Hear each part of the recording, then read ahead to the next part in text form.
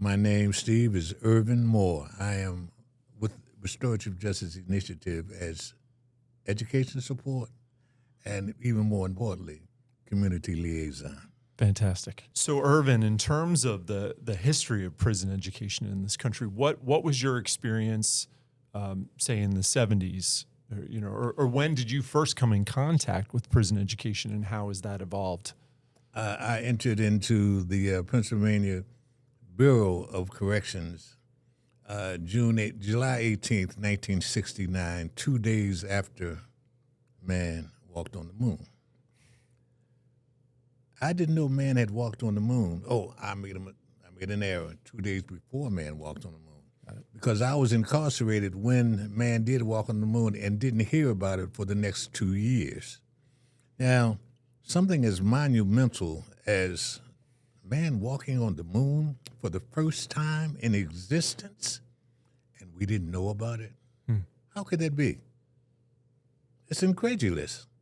That could be because prisons was another dimension, Steve. It was unlike anything anyone could ever imagine. There were no radio.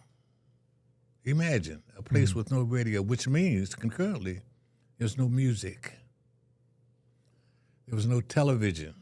So, of course, we couldn't watch television to see man walking on the moon. There were no books except for the Bible in your cell. There were no periodicals. There were no newspapers. There was no library.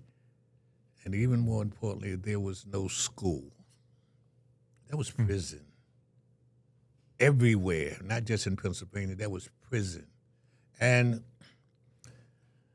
after I had mentioned 2019, I had been incarcerated for 50 years at that time when the resurgence of education, something that we started again in the late 60s, early 70s, when we begged, we clawed, we fought, we screamed, we pleaded, we hollered, we went to the hole, we got beaten, we got holes. And why? Because we were demanding change. Change in an era of change, because this is the 1960s. If anyone looks back on history, and they will look at the 1960s and say, this is the most climactic period of change in the history of man. Change in music, change in art, change in dress, change in architecture, change in the economy, change in politics, the women's lib movement, the anti-war movement, the flower children, black power, civil rights. All of these things were occurring during this period, and we were impacted just the same. The advocates that existed out in the larger community impacted us as well, and they heard our cries. And something as basic, something as human, we didn't say, open the doors and let us out. We said, bring education in here for us, please. And they heard our cries. This is in 1969 to 1970. There was an African-American warden, they were called wardens then, at Graterford Penitentiary where I was incarcerated. The first African-American warden in the history of Pennsylvania, progressive, and we went to him. We said, please. He said, well, look, let me listen to your proposal. And we had formed an inmate organization called the Coordinated Education Extension Program, CEEP, C-E-E-P. I was so proud of it. I was one of the founding members of it, and I was a youngster. And we laid our proposal out to the warden, which asked for education, asked for a degree-oriented program to be brought into the institution for us. He said, well, let's see what you can do with that. I'm going to put it in your hands and see what you can do. We sat down and we wrote letters, we talked. We couldn't make phone calls then because we could only make 2 phone calls a year.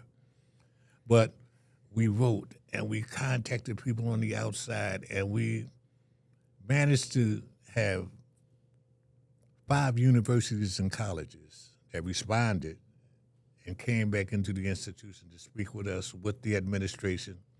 And when they left at the end of that day, and this was Villanova, this was Cheney, this was Northampton Area County Community College, this was Montgomery County Community College, and one other.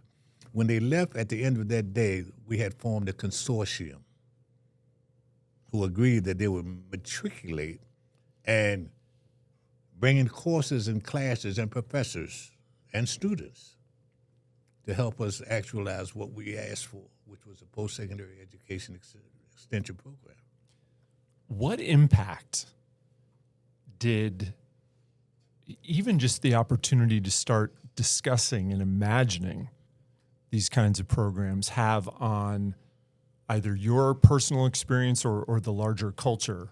The impact that this had, Steve, was monumental. It impacted every aspect of incarceration. I mean this with all my heart. It impacted everything. It changed everything. Imagine when I said we had no radio, no television, we had no means to communicate amongst each other because you couldn't be in groups of more than two. But we had education now. We had school. We had professors coming in. We had classes that were ongoing. So this opened the door for everything else that preceded. It was during this time that I fell in love with the possibilities of education. I was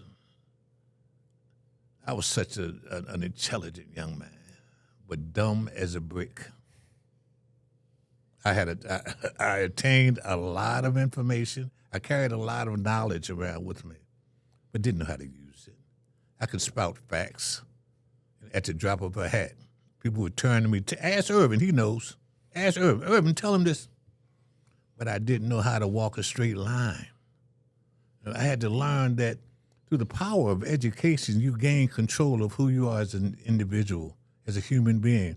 Through the power of education, I learned that there's nothing more valuable than your role and your obligation within your community.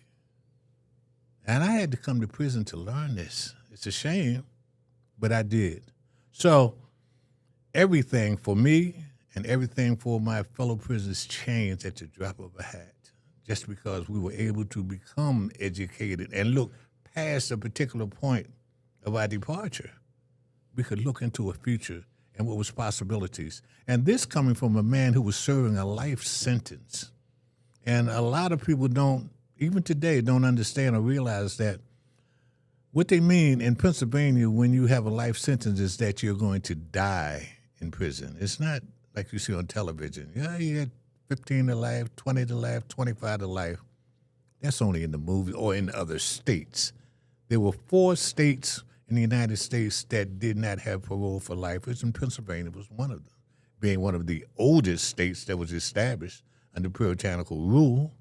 So, and the birthplace of penitentiaries in the nation was Pennsylvania. So my future, for all intents and purposes, on one hand, looked bleak. So he's going to die here anyway. But with education, it opened up, for me, an entire universe.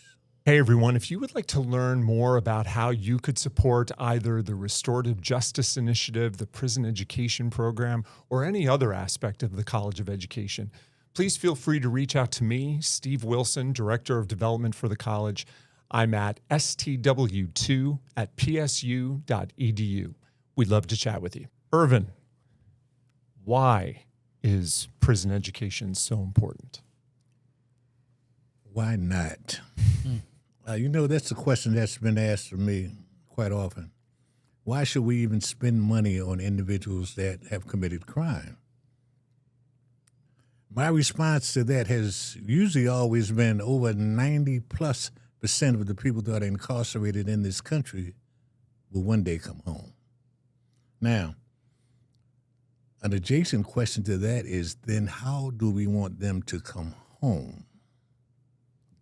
Do we want them to come home the same way they went in or worse? Do we want them to come home as predators, as individuals who have not learned one thing about moving about in this society as a human being? the roles and obligations and responsibilities of being a human being in this society. So I was in prison. I was one of the individuals that Ephraim mentioned when he said justice impacted. Now, they didn't always used to call us that. But I'm somewhat glad that they do, because it touches part of who I am as a human being. I was not born a felon. I was not always doing felonious kinds of things. And I don't want to be seen forever as an ex-felon. So justice impacted is who I am. And justice impacted on the inside meant a lot of things in the old days. One of the things that it didn't mean is that we would be educated, because I was in there at a time when there was no education.